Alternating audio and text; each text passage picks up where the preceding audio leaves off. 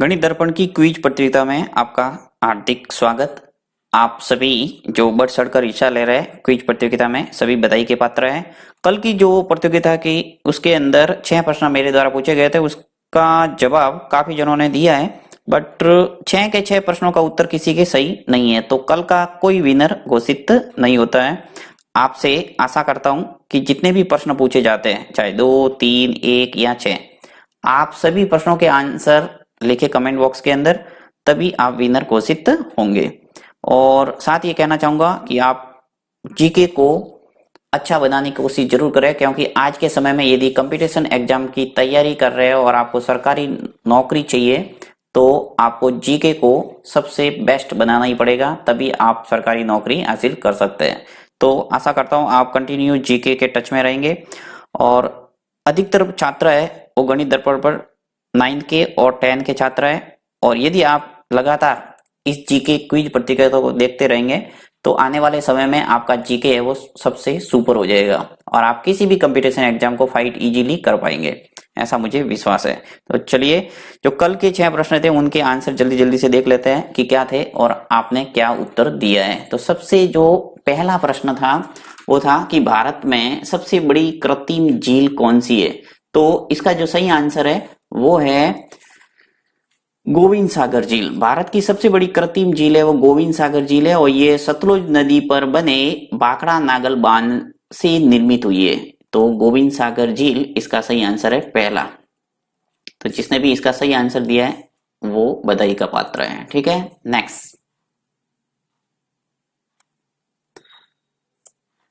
Next प्रश्न है कि निम्नलिखित में से किसे कंप्यूटर का पितामह कहा जाता है। तो ये अधिकतर छात्रों ने सही आंसर दिया इसका, चार्ल्स बेबेज। ठीक है, तो ये हर कोई जानता है और सिंपल प्रश्न है और वैसे ही आता रहता है कंपटीशन एग्जाम के अंदर। नेक्स्ट,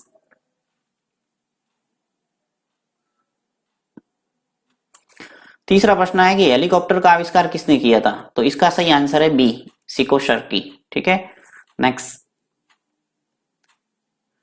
चौथा प्रश्न था कि विद्युत धारा का मापन निम्नलिखित में से किस उपकरण का प्रयोग करके किया जाता है। तो एनीमोमीटर, अमीटर, वोल्ट मीटर और वॉट मीटर में से सही आंसर है इसका अमीटर। ठीक है, बी। पांचवा प्रश्न है कि भोजन का अनिवार्य अवयव है ग्लूकोज, प्रोटीन, कार्बोहाइड्रेट, सेलुलोज। तो इसका जो भोजन का अनिवार्य अवयव है वो है कार्बोहाइड्रेट, सी। ये भी आंसर काफी जनों ने सही दिया था। नेक्स्ट,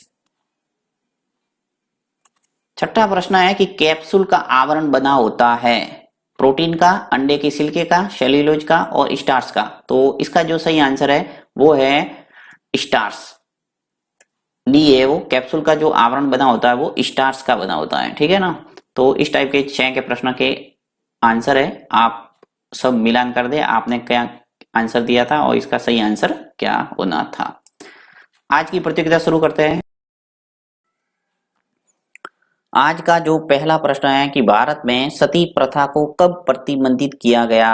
1828 में, 1829 में, 1831 में या 1835 में। प्रश्न है भारत में सती प्रथा को कब प्रतिबंधित किया गया। 1828, 1829, 1831 और 1835। सही आंसर को आपको कमेंट बॉक्स के अंदर लिखना है।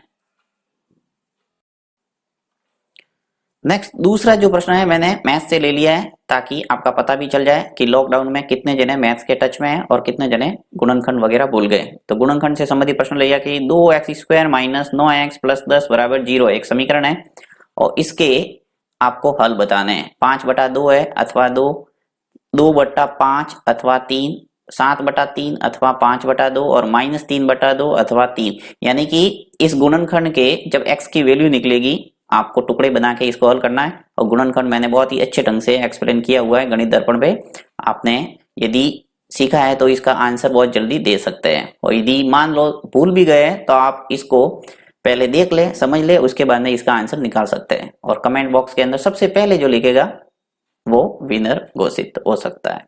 अब देखिए यहाँ पे आपको सही आंसर 2 मिलेंगे। x² है तो x की वैल्यू 2 आएगी, नेचुरल, आपको पता होना चाहिए। नेक्स्ट प्रश्न लेते हैं। तीसरा प्रश्न है कि संविधान सभा में किस देशी रियासत के प्रतिनिधि ने भाग नहीं लिया था। जूनागढ़, कश्मीर, हैदराबाद, मैसूर। वापस पढ़ रहा हूं कि संविधान सभा में किस देशी रियासत के प्रतिनिधि ने भाग नहीं लिया था? जूनागढ़, कश्मीर, हैदराबाद और मैसूर। इनमें से सही ऑप्शन का चुनाव करता है। अब यहाँ पे 3 प्रश्न ही मैं दे रहा हूं आज। देखते हैं कौन सबसे पहले इसका आंसर कमेंट बॉक्स के अंदर लिखता है।